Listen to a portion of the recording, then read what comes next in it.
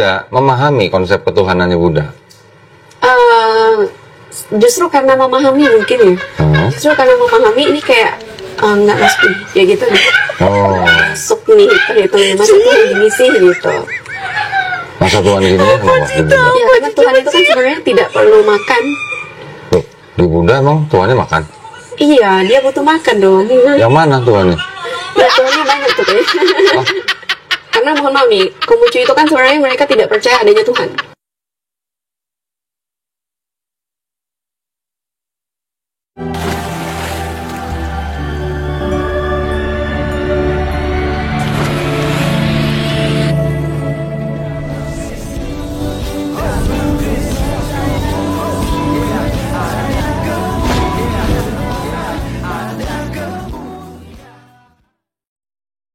Salam teman-teman sekalian, berjumpa kembali dengan saya Arif Kule di channel TV Laskar Kristus ini. Pada kesempatan kali ini, seperti yang kalian lihat di cuplikan, kita akan bahas hal ini. Dimana teman-teman sekalian, ini adalah akun TikToknya itu Dayak Mualaf Channel ya. Di YouTube juga Dayak Mualaf Channel, di TikTok juga sama ya. Dan sebenarnya sama mbaknya ini saya pernah diskusi juga di TikTok sebenarnya, tetapi dia hanya jadi moderator ya, jadi host begitu, lalu dinaikkan orang-orang Islam seperti Uni Rifa, ada beberapa lagi yang lainnya, jadi naikannya lalu menaikkan orang Kristen gitu ya untuk berdiskusi. Kali ini teman-teman sekalian saya lihat dia keciduk ya, mungkin apakah mula-mula ketika dia masuk Islam gitu ya, dia seakan diinterogasi oleh Don Ditan. Itu suara Don Ditan kawan-kawan ya. Menanyakan kepada dia itu. Jadi sebenarnya mungkin bahasnya Kristen gitu ya. Tapi saya tidak tahu kalau di video panjangnya itu pasti akan membahas itu. Kenapa kemudian dia memilih Islam ya.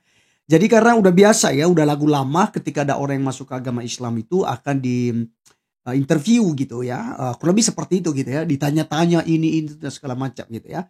Nah, sampailah pada titik pembahasan tentang Buddha. Katanya, kenapa? Seakan dia ini sudah masuk ke agama Buddha begitu ya. Udah belajar di agama Buddha, lalu dia keluar karena di situ tidak masuk akal. Ketika Dodita menanyakan itu, kenapa? Ya gimana konsep ketuhanan? Apakah memahami konsep Tuhan di dalam agama Buddha? Dia bilang, justru mungkin karena memahami kali ya. Mungkin karena memahami. Mungkin karena memahami. Artinya bahwa dia ini tidak tahu apa-apa. Bahkan dia mengatakan bahwa kan tidak mungkin Tuhan itu makan, Tuhan itu minum dan segala macam. Dodita tanya, emangnya di agama Buddha Tuhannya makan? Oh makan dong gitu ya. Ya bagaimana caranya kok bisa makan begitu tuh?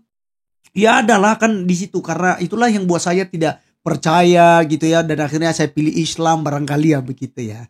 Ya jadi teman-teman sekalian, sebenarnya ini sudah sebuah penghinaan sebenarnya kepada Tuhan agama Buddha. Tapi lagi-lagi kawan-kawan, bahwa agama Buddha, Hindu, Konghucu, Kristen, ya Protestan dan Katolik pun ketika mereka dihina itu ya nggak seperti di Islam yang kemudian kejang-kejang gitu ya, langsung kerasukan, marah-marah gitu ya, seperti mereka-mereka ini ya yang suka debater ini gitu ya.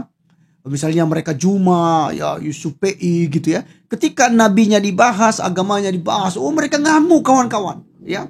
Mereka ngamuk. Tapi ketika mereka membahas agama lain, ya itu bebas sebebas-bebasnya. Ya. Coba bayangkan tadi teman-teman sekalian, ya. Ini sebenarnya masuk dalam ranah penghinaan gitu. Dia tidak mengerti agama Buddha. Dia tidak mengerti seperti apa konsep ketuhanan dalam agama Buddha itu. Tapi berani cuap-cuap. Berani ngomong gitu.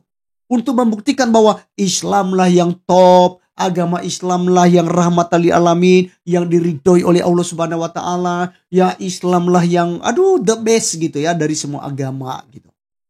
Akhirnya menjelekkan agama lain. Agama sebelumnya itu dijelekkan. Ya. Jadi inilah cara-cara mereka kawan-kawan sekalian. Maka tidak sedikit para mu'alaf itu terciduk dalam hal itu. Hanya kawan-kawan, ya ini mereka kan nggak bisa dipersoalkan ini. Gitu ya. Karena nanti dianggap ya seperti waktu itu Yahya Waloni ya almarhum ya. Sudah waktu dilaporkan itu ada pernyataan dari Majelis Ulama Indonesia. Oh ya Waloni itu bukan ustadz. Dia itu kan baru mu'alaf, jadi harusnya dia belajar gitu ya. Jadi dia tidak tahu tentang nilai-nilai Islam gitu. Karena Islam tidak mengajarkan demikian katanya. Tapi dari 2007 ya, hingga sampai 2024, ya, Yaya Waloni itu terus menghina dalam ceramah-ceramahnya itu membahas tentang kekristenan, ya, itu nggak ada itu fatwa atau tidak ada sebuah kecaman dari Majelis Ulama Indonesia begitu ya, atau dari tokoh-tokoh Islam lembaga-lembaganya gitu ya, tidak ada bilang gitu, nggak boleh gitu, nggak boleh ceramah lah orang-orang seperti itu tuh radikal gitu, menghina agamanya, agama lamanya itu. Nah, tidak apa-apa kalau benar kawan-kawan, ya. Kan kita sudah tahu sendiri narasi-narasi Yaya Waloni ini. Semua hoax. Di mana dia katakan dialah yang mencetak para pendeta lah. Dia yang membendetakan para pendeta. Dia juga ngaku sebagai pendeta. Gitu ya. Ada beberapa pengakuan-pengakuannya yang sudah diselidiki dengan data, dengan bisa dipertanggungjawabkan. Bahwa memang Ustadz Yaya Waloni yang almarhum itu memang pembohong. Itu nggak benar. Tapi toh juga masih dipercaya. Nah, sama seperti Dayak Mualaf channel ini.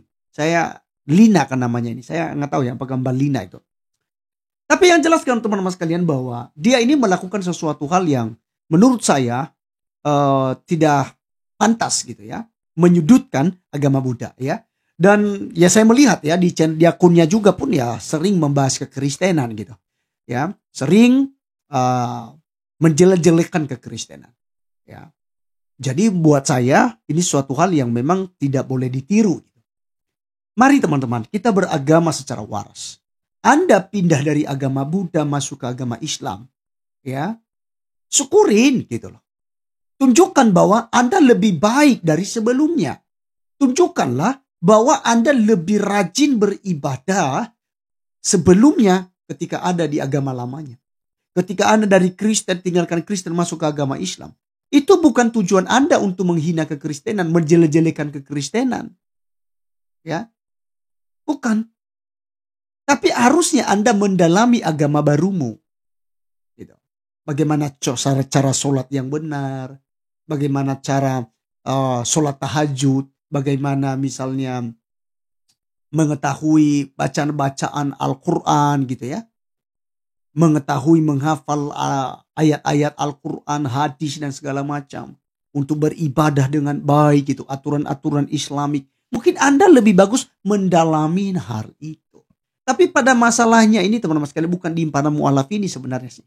Masalahnya itu ada di orang Islam itu sendiri. Karena udah mu'alaf ini pasti jago. Apalagi dari Kristen. Kalau pasti udah jago dia itu. Tidak mungkin dia masuk agama Islam. Kalau dia tidak itu paham kekristenan. Artinya kekristenan itu ajaran yang salah. Ya, Yesus itu bukan Tuhan dan lain sebagainya. Itu aja yang digoreng-goreng setiap saat kawan-kawan. Dan itu kita udah patahkan semuanya. Kita udah sanggah semuanya ya. Kita udah meluruskan, mengcounter semua. Ya.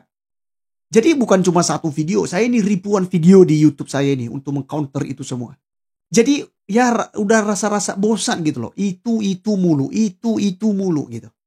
Padahal itu udah tuntas. Tapi teman-teman sekalian, kita tidak boleh kemudian berhenti ya. Secara pribadi saya sebenarnya untuk main YouTube ini ya udah jarang lagi ya saya ngupload video. Kadang-kadang 1 per hari gitu. Kenapa? Karena itu aja kawan-kawan. Yang dibahas di itu saja. Tapi dengan berbahayanya pengajaran-pengajaran itu kalau tidak ada counteran, ya nanti lama-lama itu dianggap sebuah kebenaran kawan-kawan. Tapi setidaknya ada pembanding gitu. Ada cross check gitu. Anak-anak baru besar gitu ya, misalnya anak SMP, SMA gitu ya, nonton ya, akhirnya dia akan cari tahu gitu, benar enggak gitu. Akhirnya dapatlah video Laskar, dapatlah video teman-teman yang lain. Oh ternyata nggak begitu, konteksnya nggak seperti itu. Ya, dan jadi itu sangat perlu ya untuk kita berapologet itu adalah memberikan pertanggungjawaban terhadap iman yang ada pada kita. Meluruskan apa yang salah gitu ya. Dengan menggunakan ayat-ayat Alkitab kita. Baik teman-teman sekalian, demikianlah yang saya bisa reaction pada video kali ini. Dan sampai ketemu di video berikutnya. Tuhan Yesus memberkati kita. Salam.